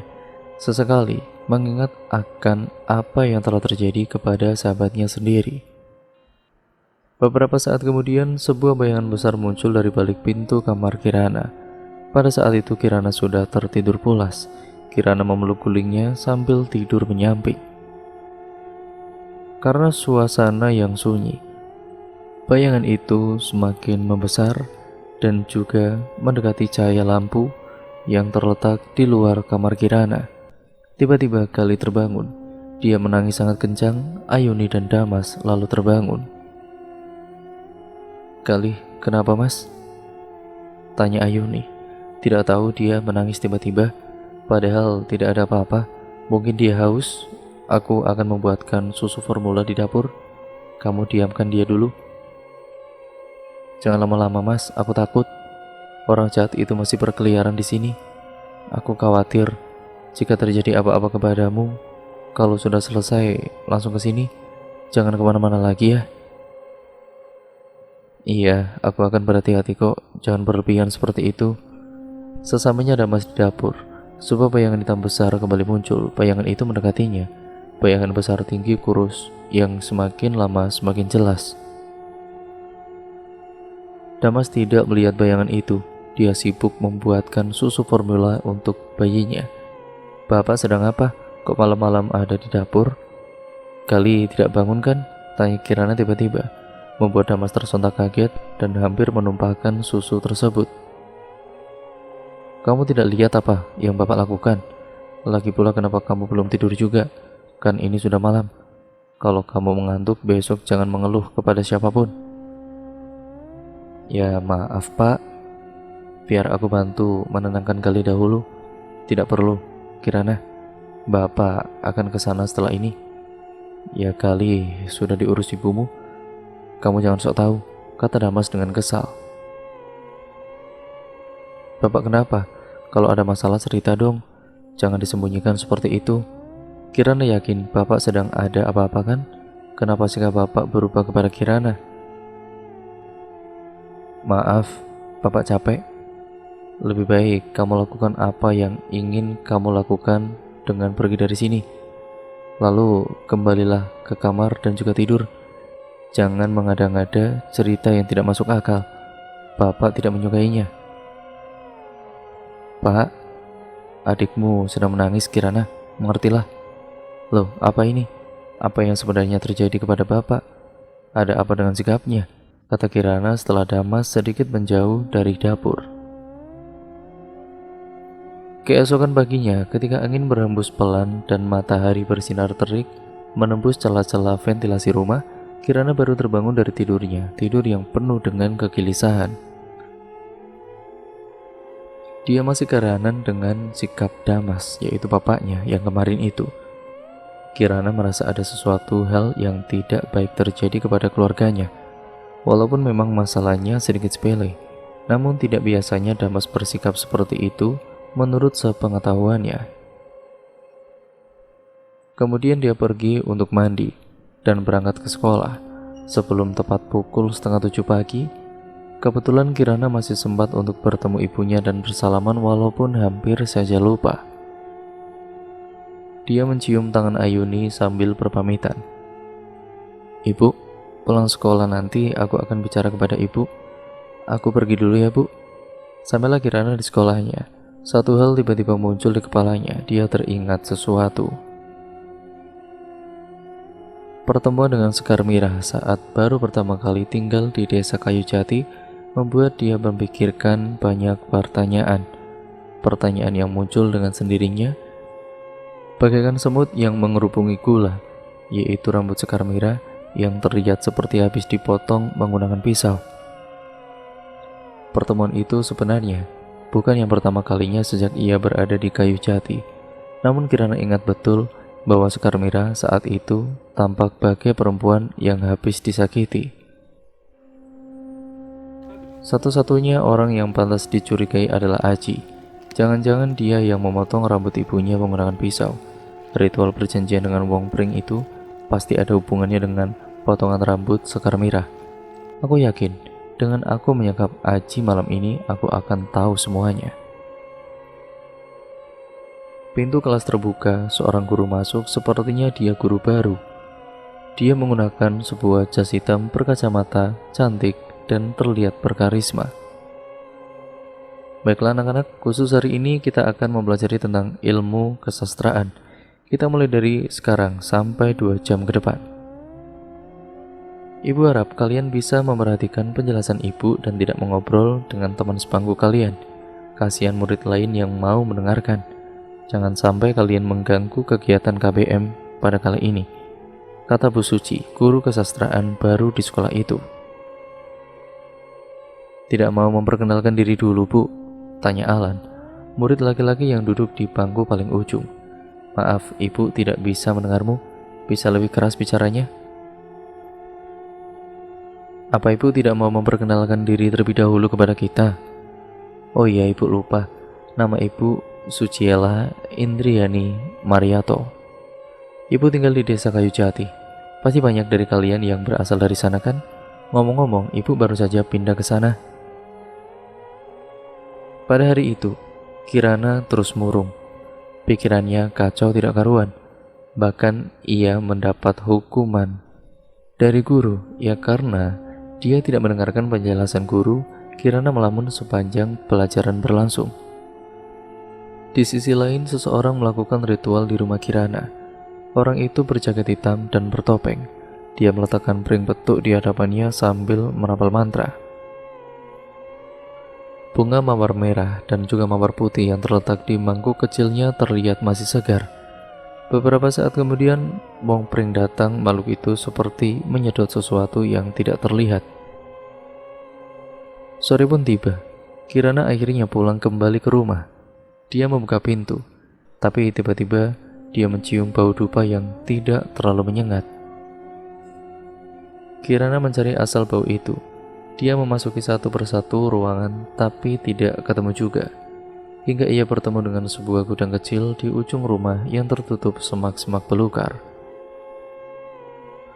Karena rasa penasarannya yang begitu besar, Kirana bersikeras untuk tetap menghampiri bau itu. Dan ya, baunya memang semakin menyengat ketika Kirana sampai di sana. Sekarang Kirana bisa merasakan bau amis darah dari luar gudang itu. Dengan perasaan yang berdebar-debar, Kirana membuka pintu gudang sambil berdoa. Ia ketakutan. Alangkah terkejutnya dia ketika melihat Damas bapaknya sendiri melakukan ritual itu. Sontak Kirana berteriak kepada Damas, "Apa yang bapak lakukan?" Dengan cepat, Damas ini membungkam mulut Kirana sampai Kirana jatuh pingsan. Damas menelepon Aji, anak dari Sekar Mirah yang sudah bekerja sama dengan dia. Damas memerintahkan Aji untuk segera datang ke tempat itu. Habis sudah, putriku melihat aku melakukan ritual perjanjian itu. Sepertinya dia sudah mencurigaiku sejak kemarin. Kupikir dia tidak akan tahu dengan tempat ini. Karena seperti yang kau ketahui, gudang ini tertutup semak-semak dan hampir tidak terlihat sama sekali. Maka dari itu aku yakin semua akan berjalan lancar. Tapi sekarang bagaimana? Segeralah kemari, atau akan ada orang lain yang mengetahui hal ini. Sekitar 5 menit kemudian, akhirnya Aji datang. Kita bawa dia keluar desa saja. Kita pakai mobilku sekarang. Damas dan Aji membawa pergi Kirana keluar desa Kayu Jati. Mereka kebingungan apa yang harus mereka lakukan dengan Kirana supaya rahasia mereka tidak terbongkar. Apa yang harus kita lakukan? Ya kau racuni saja dia, cepat, kata Aji. Apa kau sudah gila? Dia itu putriku. Kita harus mencari jalan keluar lain untuk masalah ini. Aku tidak mau putriku kenapa-napa. Ya kalau kau tetap tidak mau meracuninya, maka kita akan dilaporkan ke polisi oleh putrimu sendiri, dan kita akan menjadi tahanan di sana. Damas dan juga Aji terus berdebat hingga perjalanan semakin jauh. Akhirnya Kirana pun terbangun dari pingsannya, tapi dia berpura-pura pingsan supaya aman. Perasaannya hancur. Seseorang yang selama ini ia percayai telah mengkhianati kepercayaan yang dia berikan. 1 jam perjalanan, Damas dan juga Aji berhenti di sebuah rumah tua yang sepi. Mereka berdua turun dari mobil dan mencari tempat aman untuk menyembunyikan Kirana. Ibu, bisakah ibu kemari? Aku berada di sebuah rumah tua di luar desa Kayu Jati. Bapak membawaku ke sini. Aku takut, Bu, jika sesuatu yang buruk terjadi kepadaku di sini, ucap Kirana menelepon ibunya sambil berbisik di dalam mobil. Kau ini bicara apa? Lagi pula kenapa Bapak membawamu ke tempat seperti itu? Ibu tidak suka kamu mengarang cerita. Nanti Kirana ceritakan semuanya setelah ibu sampai di sini. Yang penting sekarang ibu ke sini dan tolong Kirana. Kirana takut, Bu. Kirana merasa dalam bahaya di sini. Apa ciri-ciri tempat itu? Ada sebuah pohon yang sangat besar sebelum rumah ini. Aku yakin pohonnya akan terlihat walau dari kejauhan. Cepatlah, Bu, ucap Kirana berbisik sambil sesekali mengusap air mata yang membasahi pipinya. Tenang, ibu tahu tempat itu. Kamu jangan berbisik. Jangan berisik juga. Semua akan baik-baik saja. Apa ada orang lain selain Bapak di sana? Ada, Bu. Aji juga di sini. Tapi Kirana yakin niat mereka jahat. Kirana benar-benar tidak menyangka Bapak melakukan ini semua. Bibir Kirana gemetar. Tubuhnya menggigil dan mengeluarkan banyak sekali keringat. Ya Tuhan, kamu jangan khawatir. Ibu akan segera sampai di situ. Di sisi lain, Ayuni sedang melakukan perjalanannya. Di sepanjang jalan, rasa cemasnya semakin menjadi-jadi. Hatinya kacau. Semua bagai hancur tanpa tahu penyebabnya. Kirana melihat sebuah bayangan mobil tanpa senter dari belakang. Dia yakin itu ibunya, dan ternyata iya, memang itu adalah Ayuni, ibunya. Ayuni menghentikan mobil yang dia pinjam dari tetangganya dari jarak jauh dan menghampiri Kirana yang terjebak di dalam mobil milik Damas. Apa yang terjadi? Ucapnya sambil berbisik. Bapak melakukan ritual perjanjian dengan makhluk gaib, Bu. Dia melakukan pesugihan dan sekarang dia akan mencelakaiku dengan bantuan Aji supaya tidak lebih banyak orang yang tahu tentang rahasia mereka. Sudah tidak waras dia. Kemari, ikut ibu. Kirana turun pelan-pelan dari mobil dan tidak bersuara. Ayuni memegang erat tangan Kirana sambil menuntunnya ke dalam mobil. Namun hal itu dilihat oleh Damas dan kemudian si Aji. Berhenti, atau kalian berdua akan celaka, teriak Aji. Refleks Ayuni dan juga Kirana berhenti di tempat. Jangan coba-coba sentuh kami, atau kalian akan merasakan akibatnya, teriak Ayuni sambil menodongkan pistol. Ayuni, dengarkan aku dulu. Ini semua tidak seperti yang kamu lihat. Kita bisa bicarakan baik-baik di rumah, bujuk Damas. Aku sudah tidak kenal lagi denganmu. Kamu bukan suamiku yang aku kenal dulu. Kamu seorang budak setan. Dan jangan bermimpi kiraan akan kamu dapatkan. Aku ibunya, dan aku berada di sini untuk melindunginya. Iya, sebenarnya dari awal sejak aku mendengar isu tentang benda pering petuk setelah tiba di desa Kayu Jati, aku memang mencoba melakukan ritual-ritual perjanjian dengan makhluk gaib bernama Wong Pring itu. Tapi setelah Pak Dharma pengusaha yang bekerja sama denganku atas toko tekstil kita mengambil semua uangku, aku memutuskan untuk menumbalkan manusia. Dia adalah teman Kirana sendiri. Jika kau ingin mengetahuinya, pahamilah posisiku. Ayuni, kita sedang banyak kebutuhan. Hati Kirana hancur mendengar hal tersebut. Tapi aku tidak sudi jika anakku memakan makanan dari uang hasil pesugihan, uang haram seperti itu. Aku rela hidup sendiri dan membesarkan Gali seorang diri daripada harus menggunakan uang setan darimu, teriak Ayuni. Kita sudah melewati masa-masa sulit kita. Kita akan menjadi lebih bahagia setelah memiliki harta yang cukup untuk keperluan kita sekeluarga. Pikirkan baik-baik masalah ini, jangan memaksakan dirimu untuk hal yang tidak akan mampu kamu lakukan, jawab Damas dengan wajah cemas. Aku yakin dengan sepenuh hati, lebih baik aku menghidupi anakku dengan uang halal. Jangan pernah kau mencoba lagi membujukku dengan uang-uangmu itu, Mas. Kau sudah mengotori isi perut seluruh keluarga kita. Tidak, Ayuni, tidak seperti itu. Aku terpaksa. Kau tahu situasinya kan? Pada saat itu, kita memang sedang sangat membutuhkan banyak biaya. Pahamilah posisiku. Aku tidak mau tahu. Kau bukan Damas yang aku kenal dulu. Kau sudah melakukan dosa besar yang sulit untuk diampuni oleh Tuhan. Tidak aku sangka-sangka. Kau bahkan mencoba untuk mencelakakan putri kandungmu sendiri, iya kan? dalam gelap gulita dan hanya diterangi oleh cahaya senter mobil yang redup. Damas dan Ayuni bertengkar. Kirana hanya menonton sambil sesekali bersembunyi di balik tubuh Ayuni, melihat Aji yang ikut mengawasinya. Dor! Bunyi pistol ditembakkan. Sontak Damas dan Aji terkejut mendengarnya. Beberapa saat setelah itu, Kirana mulai merasakan ada sesuatu yang tidak beres dengan perilaku Aji. Dengar Ayuni, Pak Darmo menipuku. Dia membawa kabur uangku, semua uangku. Setelah dia berpura-pura menyetujui kerja sama kami, dia memalsukan bukti-bukti jabatannya sebagai pengusaha yang sukses. Sebenarnya Pak Darmo hanya seorang karyawan pabrik biasa, dan aku merasa sangat tertipu. Aku tidak terima pada waktu itu, Damas menjelaskan. Ya, aku paham, kau pikir aku sebodoh apa, tapi caramu untuk keluar dari masalahmu adalah salah. Mau bagaimanapun juga, perbuatan syirik bersekutu dengan setan tidak bisa dibenarkan.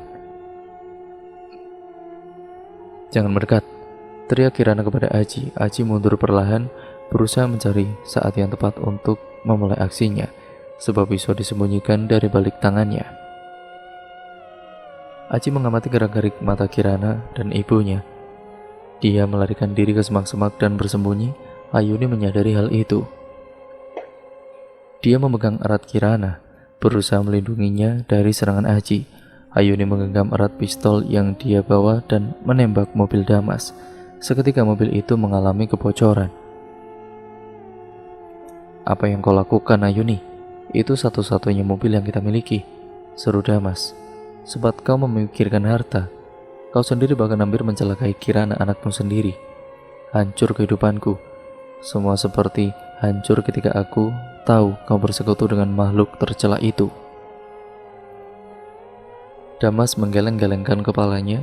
Dia tidak berani mendekat. Lengannya bagai ditahan oleh hatinya. Kirana, masuk ke mobil. Dengan cepat Kirana turut dengan apa yang kata ibunya itu.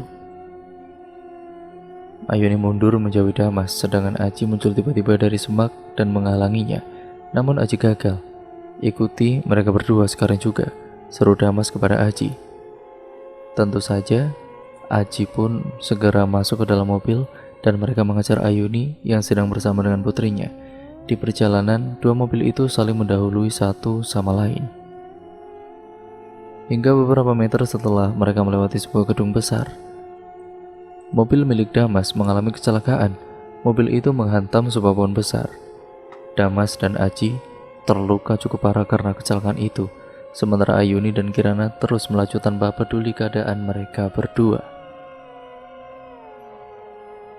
Di mana kita akan menyelamatkan diri, Bu? Aku takut sekali, Bu. Sebelumnya sifat Bapak tidak seperti ini. Entah apa yang telah terjadi kepada Bapak. Bagaimana jika Bapak berhasil mengejar kita? Satu-satunya tempat yang aman adalah rumah Pak Kades. Kita akan dilindungi di sana. Damas dan Aji tidak mungkin berani menghampiri kita jika kita berada di sana. Ibu benar, kita akan aman di sana. Bergegaslah, Bu, tolong. Sampai akhirnya mereka tiba di rumah Pak Kades. Ayuni berbicara kepada Pak Kades bahwa nyawanya dan juga Kirana sedang dalam bahaya. Damas dan juga Aji akan mencelakai mereka jika mereka berdua tahu di mana tempatnya bersembunyi. Bagaimana ini bisa terjadi? Tenanglah dulu, Pak Kades. Pria misterius yang membunuh Sekar Mira adalah Bapak. Aku melihatnya melakukan ritual itu di gudang dekat rumah, jawab Kirana. Ya benar, Pak, tolonglah kami. Saya akan membunyikan ketongan desa. Para warga akan melindungi kalian berdua. Jangan khawatir dan tetap berada di sini. Di sisi lain, Damas dan juga Aji tiba di desa Kayu Jati. Mereka sudah menduga bahwa Ayuni akan mencari perlindungan yang paling aman, yaitu Pak Kades. Mereka pun bergegas menuju rumah Pak Kades. Sesamanya Damas dan Aji di sana. Diam atau kami akan membunuh Anda. Ikut bersama kami sekarang juga, teriak Aji. Pada saat itu Pak Kades tidak membawa senjata apapun. Pak Kades memberi perlawanan kepada mereka berdua menggunakan tangan kosong sementara pertengkaran terjadi. Damas masuk dan juga menusuk Pak Kades hingga berlumuran darah. Tidak berdaya lagi Pak Kades kala itu. Diseretlah dia ke sebuah kebun dan ditinggalkan di sana. Jasadnya dibiarkan tergeletak di kebun pada saat itu. Kurasa kita harus menangani anak dan istrimu sekarang juga, sebelum mereka berteriak kepada warga desa dan meminta pertolongan mereka. Damas mengangguk. Dia masuk ke rumah Pak Kades dan menemukan Ayuni dan Kirana yang berada di ruang tamu. "Bagaimana kalian bisa berada di sini?" bentak Ayuni. "Kami kemarin menggunakan sebuah motor. Kami membunuh seorang pengemudi di jalan setelah kecelakaan itu terjadi. Lagi pula, bagaimana cara kami ke sini tidak penting juga. Yang paling penting adalah kalian harus aku habisi sekarang juga," Aji berseru. "Di mana pistolnya, Bu?" "Ah sial, pistolnya berada di mobil," kata Ayuni refleks. Aji mengangkat tangannya yang menggenggam sebuah pisau, sementara Kirana mencoba mencari senjata untuk melawan mereka. Damas yang melihat Kirana mencari-cari sesuatu dengan cepat menarik tangan Kirana. "Jangan seperti itu, Kirana. Kau tidak bisa menyakiti bapakmu sendiri. Kau tidak bisa menyakiti keluargamu sendiri." "Tapi kau bisa kan? Kau bukan bapakku lagi." Damas melihat gunting tergeletak di meja pojok ruangan. Damas mengancam putrinya sendiri dengan gunting itu. Kirana tahu, kalau Kirana melaporkan kejadian ini kepada orang-orang, maka bapak bisa celaka dan masuk penjara. Kirana mau bapak di penjara. "Jangan berbicara seolah-olah kau adalah bapak yang aku kenal dulu." Seketika Damas menusuk perut putrinya sendiri. Napas Kirana tiba-tiba berat. Mulutnya juga mendadak seperti terbungkam. Dia hanya mengerang kesakitan dengan tusukan itu. Tapi Kirana mencoba untuk bertahan. Dia menyerang balik Damas dengan merebut gunting itu darinya. Darah bercucuran ke lantai. Damas tergeletak saat itu juga. Sementara Kirana mencari kain untuk menghentikan darah yang keluar, Ayuni menahan pisau yang dipegang oleh Aji. Dia tampak begitu beringas, sulit sekali rasanya bagi Ayuni untuk melawan serangannya. Berkali-kali berusaha untuk menahan tangan laki-laki itu, hingga akhirnya pisau terjatuh ke lantai. Terjadi perkelahian hebat di rumah itu. Ketika perhatian Aji dialihkan oleh Kirana, barulah Ayuni bergegas mengambil pisau itu dan menusuk punggung Aji hingga berlumuran banyak darah. Jeritan kesakitan disertai suara burung gagak terdengar bagi siapapun yang masuk ke dalam rumah itu. Suasana begitu mengerikan, bagai diselimuti oleh kabut hitam dan darah segar yang mengalir dari tubuh mereka. Sesaat kemudian, Wong Pring hadir dengan nyata dan merayap di pinggang Ayuni dari belakang usai Ayuni menusuk punggung Aji.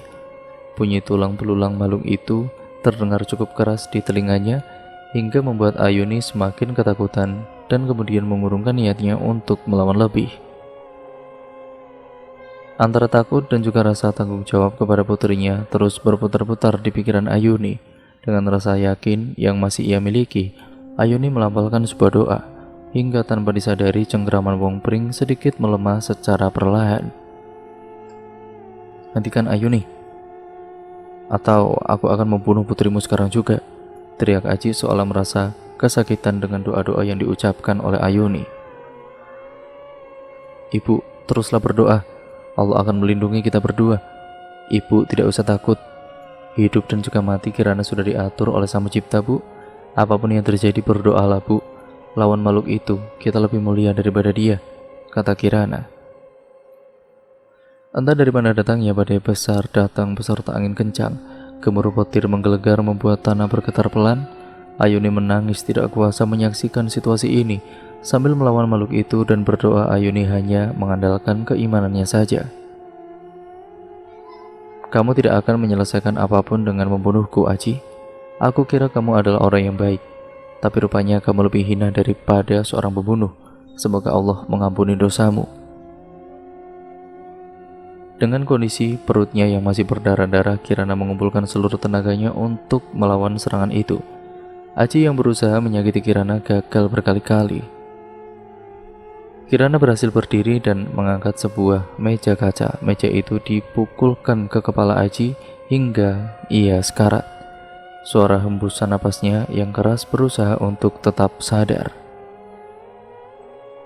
Namun, Aji tidak kuasa menahan rasa sakit tersebut dan memejamkan matanya. Badai masih berlangsung, keadaan sangat kacau, tetapi akhirnya Ayuni mampu melawan Wong Pring dan mengusirnya dari rumah Pak Kades. "Apa yang baru saja kamu lakukan, Kirana? Kamu tidak seharusnya membunuh orang itu," teriak Ayuni. Kirana menggeleng-gelengkan kepalanya sambil menangis. Tangan yang gemetaran berlumuran darah serta bapak kandungnya sendiri tergeletak tidak berdaya di hadapannya membuat hati Kirana hancur berkeping-keping. "Kita cek denyut nadinya, Bu. Dia belum mati," ucap Kirana lirih dengan air mata yang masih membasahi pipinya. "Iya, kita akan mengecek, siapa tahu dia masih hidup. Ambil kain untuk menghentikan darah di kepalanya." "Tidak ada apapun di sini, tidak ada kain di ruangan ini. Aku tidak akan lancang memasuki ruangan itu, Bu. Sobek saja lengan panjangmu." Setelah darah Aji berhenti, dia membuka matanya perlahan. Kirana dan Ayuni lega, karena bagaimanapun juga mereka berdua tidak mau menjadi seorang pembunuh. "Bapak bagaimana?" tanya Ayuni. "Bapak sudah tidak ada," teriak Kirana sambil menangis terseduh-seduh. Seorang warga kemudian datang ke rumah Pak Kades. Dia adalah Bu Kira. Alangkah terkejutnya Bu Kira melihat banyak darah di ruang tamu itu. "Bu Kira, tolong Aji sekarang juga, telepon ambulan." Baik, Nyonya." Bu Kira berlari ke rumahnya dan memberitahu suaminya untuk turut membantu. Dia juga tidak lupa menelepon ambulan karena kondisi pada saat itu benar-benar darurat dan keos sekali. Bu Kira tidak memikirkan apapun selain keselamatan orang-orang yang berada di sana. Hingga tiba di rumah sakit, Kirana langsung ditangani oleh para dokter di ruang ICU. Sementara Aji dibawa ke kamar mayat karena meninggal saat di perjalanan. Jenazahnya disandingkan dengan jenazah Damas. "Ibu tidak usah khawatir, luka ibu bisa disembuhkan dengan baik. Hanya menunggu waktu, luka akan segera kering," kata dokter seperti itu. "Bagaimana keadaan anak saya, Dok?" "Operasi sedang berjalan. Karena kondisi yang darurat, kami sampai tidak sempat untuk meminta persetujuan ibu untuk mengoperasi Kirana. Semoga saja ibu tidak keberatan dengan keputusan kami ini." "Ya tentu saja, Dok.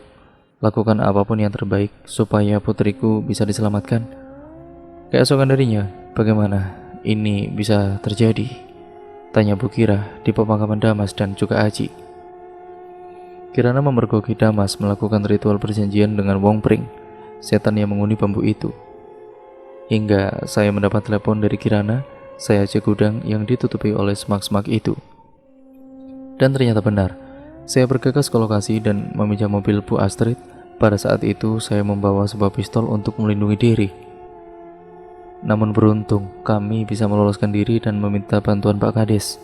Tapi Damas dan juga Aji mengetahui keberadaan saya dan Kirana. Di rumah Pak Kades lah mereka menyerang kami. Karena berusaha melindungi kami memberi perlawanan.